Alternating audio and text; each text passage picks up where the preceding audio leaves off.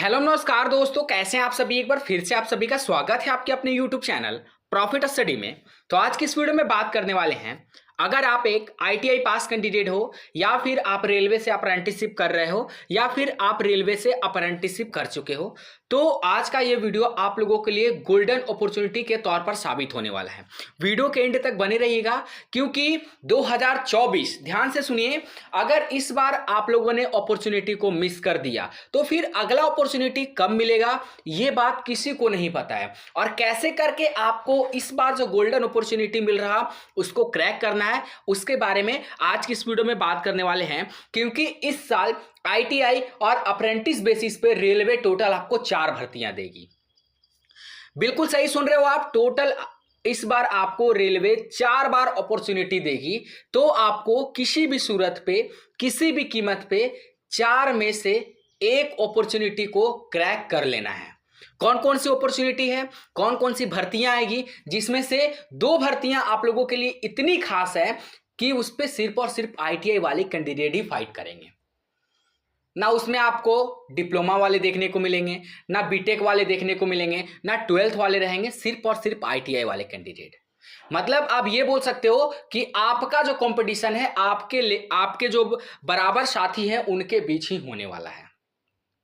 तो वीडियो बहुत ही इंपॉर्टेंट है, बने रहिएगा वीडियो के एंड तक। तो चलिए वीडियो की शुरुआत करते हैं। इससे पहले जितने कैंडिडेट चैनल पे फर्स्ट टाइम है सब्सक्राइब नहीं किए, फटाफट करके सब्सक्राइब कर लीजिएगा ताकि रेलवे से related A to Z information आप लोगों को मिलती रहे। डिस्क्रिप्शन में आपको टेलीग्राम ग्रुप, व्हाट्सएप ग्रुप का लिंक दिया गया, जरूर से ज्वाइन हो जाएगा।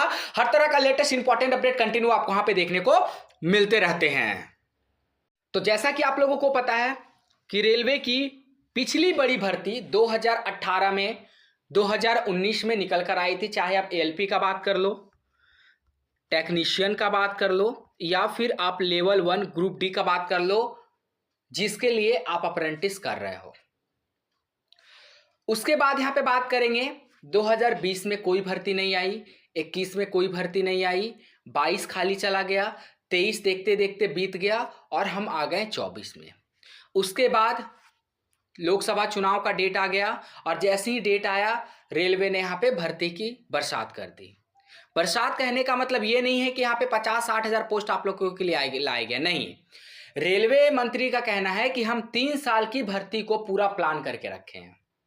3 साल के बाद क्या होगा किसी को नहीं पता, परंतु 3 साल की भर्ती को वो लोग प्लान करके रखे हैं। परंतु जरूरी नहीं है कि जो रेलवे मंत्री बोले वो रेलवे मंत्री कर दें, वैसा आप लोग भी जानते हैं, ठीक है, कि रेलवे बोलता क्या है और रेलवे करता क्या है, आप लोग भी इससे भली भांति परिचित हैं। तो आपको करना क्या है, इस साल 2024 में 4 गोल्डन अपॉर्चुनिटी आपको मिलेगा।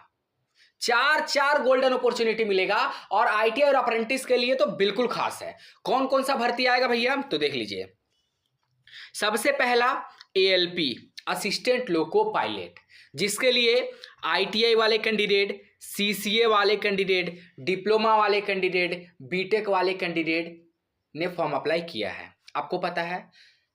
अब यहाँ पे आईटीआई वाले और सीसीए वाले कैंडिडेट का सवाल आ जाता है कि भैया हमारा तो कंपटीशन यहाँ पे हो जाता है डिप्लोमा वालों से, बीटेक वालों से, जो हमसे कई गुना ज्यादा सब कुछ में आगे होते हैं।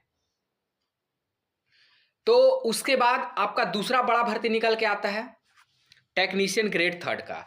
एक बात का ध्यान रखिएगा, हम यहाँ पे टेक्नीशियन ग्रेड 3 मेंशन किए हैं, टेक्नीशियन ग्रेड 1 मेंशन नहीं किए हैं, जो आपका डिप्लोमा वालों के लिए है।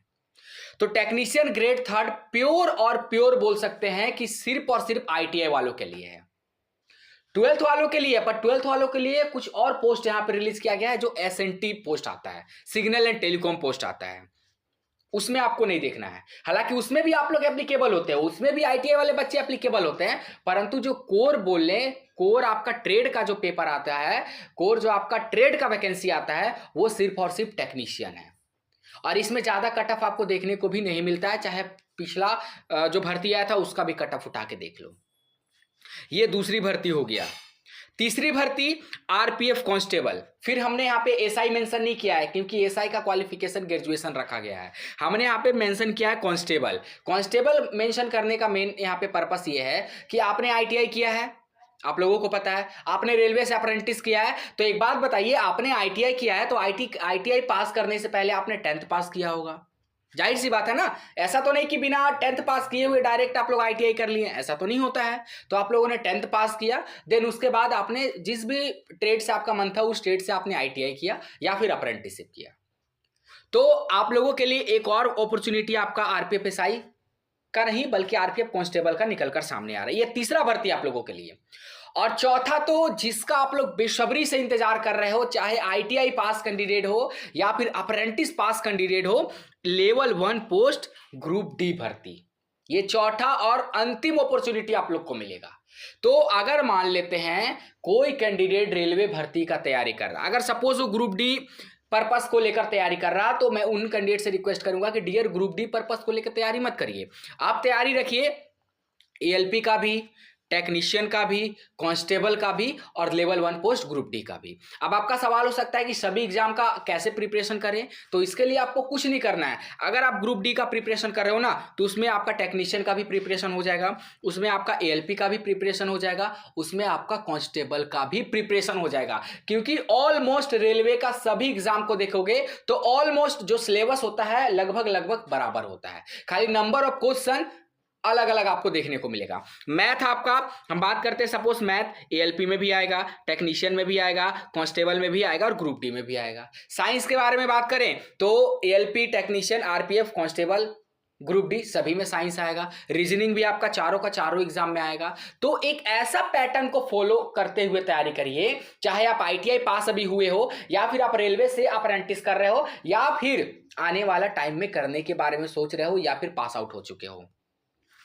तो एक ऐसा बेस को अपना तैयार करिए कि आप चारों एग्जाम में क्वालिफाई करने का क्षमता रखते हो। अगर सपोज हम मानते हैं कि आप सिर्फ यहाँ पे तैयारी करोगे लेवल 1 का, आपने यहाँ पे एएलपी का फॉर्म नहीं भरा, टेक्नीशियन का फॉर्म नहीं भरा, कांस्टेबल का फॉर्म नहीं भरा, आप सोच रहे हैं भैया हम सिर्फ और सिर्फ भरेंगे ग्रुप डी का फॉर्म। इससे क्या होता है, एक्चुअली पहले तो आपका इस बार आईटीआई और अप्रेंटिस वाले ही ग्रुप डी का फॉर्म भरेंगे, 10th वाले भी एप्लीकेबल है पर बहुत ही कम पोस्ट पर, 7 से 10% पर पोस्ट, जैसे हॉस्पिटल अटेंडेंट वगैरह का पोस्ट हो जाता है उस पर 10th वाले एप्लीकेबल होंगे, तो वो ना के बराबर उनका वैकेंसी होगा। ठीक है, तो यहाँ पे सबसे जो कंपटीशन आप लोग को देखने को मिलेगा वो आईटीआई बेसिस पे आप लोगों को आपस में कंपटीशन देखने को मिलेगा।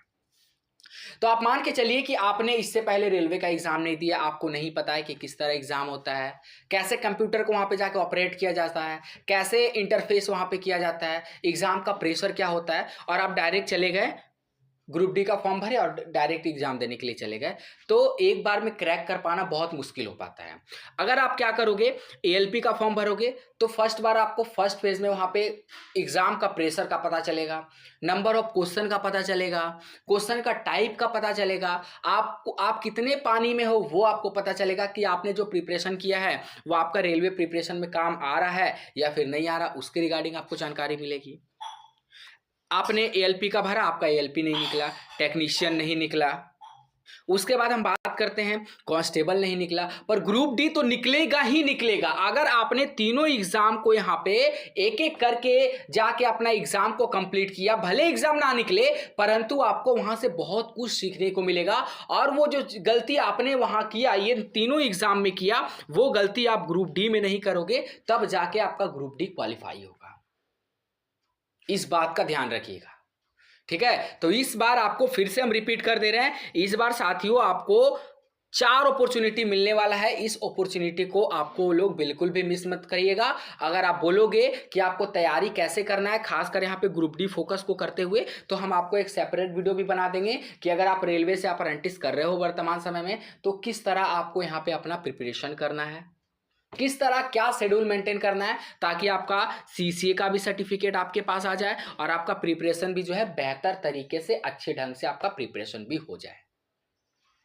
ठीक है, तो बस आज की वीडियो में इतना ही। बाकी आप हमें कमेंट बॉक्स में ये कमेंट करके बताइएगा कि आप किस एग्जाम का प्रिपरेशन कर रहे हो, एएलपी का, टेक्नीशियन का। और देखिए आईटीआई बेसिस पे 2 वैकेंसी तो आपको फॉर्म भरना ही भरना है, और इसमें कहीं ना कहीं एक सीट आपको पक्का कर लेना है।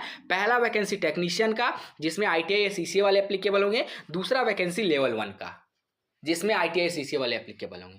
तो ये दोनों भर्ती को आप लोग बिल्कुल भी मिस नहीं करना है। और इस बार टेक्नीशियन का जो एग्जाम पैटर्न है उसमें भी बदलाव कर दिया गया है कि इस बार से आपका टेक्नीशियन में CBT 2 को हटा दिया गया है।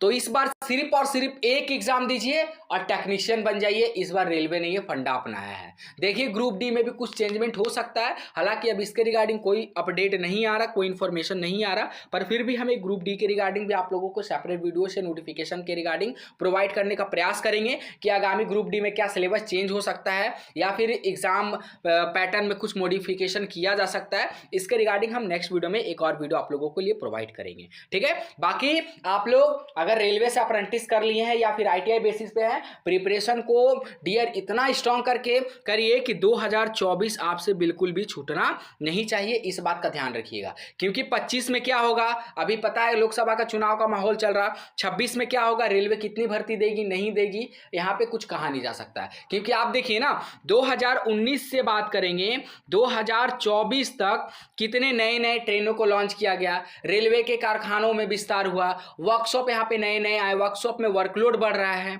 ठीक है। हर दिन रेलवे लाइन का विस्तार हो रहा है, हर दिन पुल का निर्माण हो रहा है, परंतु जब भर्ती का बात आता है तो यहाँ पे आप सोच लीजिए कि ALP टेक्नीशियन में 18 में भर्ती का तुलना देखिए और अभी आपका 24 में भर्ती देखिए 5696 और इधर आपका हो गया 9144। मतलब धीरे धीरे रेलवे का विस्तार हो रहा, परंतु वैकेंसी का बात करेंगे तो धीरे धीरे वैकेंसी कम होते जा रहा, वैकेंसी का एरिया है सिकुड़ते जा रहा रेलवे के अकॉर्डिंग। तो सीधा सी बात है कि रेलवे यहाँ पे प्राइवेटाइजेशन की ओर सरकार इसे मूव कर रही है ताकि कम खर्चे पर ज्यादा से ज्यादा काम लिया जा सके। इसीलिए ये मत सोचिएगा कि चलो इस साल नहीं निकला तो हम अगले साल निकाल लेंगे, अगले साल नहीं निकला तो हम उसके अगले साल निकाल लेंगे। अगर ये आपका माइंड सेट है, अगर आप ये सोच रहे हो तो फिर आप यही सोचते रह जाओगे कि चलो 25 में नहीं निकला तो 26 में निकलेगा, 26 में नहीं निकला तो 27 में निकलेगा और इस तरह करके वैकेंसी आना ही बंद हो जाएगा, ठीक है। चलिए आज के लिए इतना ही। बाकी आप इसके ऊपर क्या ओपिनियन है आपका हमें कमेंट बॉक्स में कमेंट करके जरूर मेंशन करिएगा। आज के लिए इतना ही। वीडियो को एंड करने से पहले हम यही बोलेंगे कि अपना तैयारी पे फोकस करिए, इधर उधर की बातों पे बिल्कुल भी आपको ध्यान नहीं देना है। बाकी जो भी अपडेट आते रहता है, चाहे GM पावर के थ्रू हो या फिर कोई कोटा को बढ़ाने की रिगार्डिंग हो, हर अपडेट आप लोगों को हम यहाँ पे प्रोवाइड करते रहते हैं। फिर से मिलेंगे आपसे नई भर्ती नई जानकारी के साथ, तब तक के लिए जय हिंद जय भारत।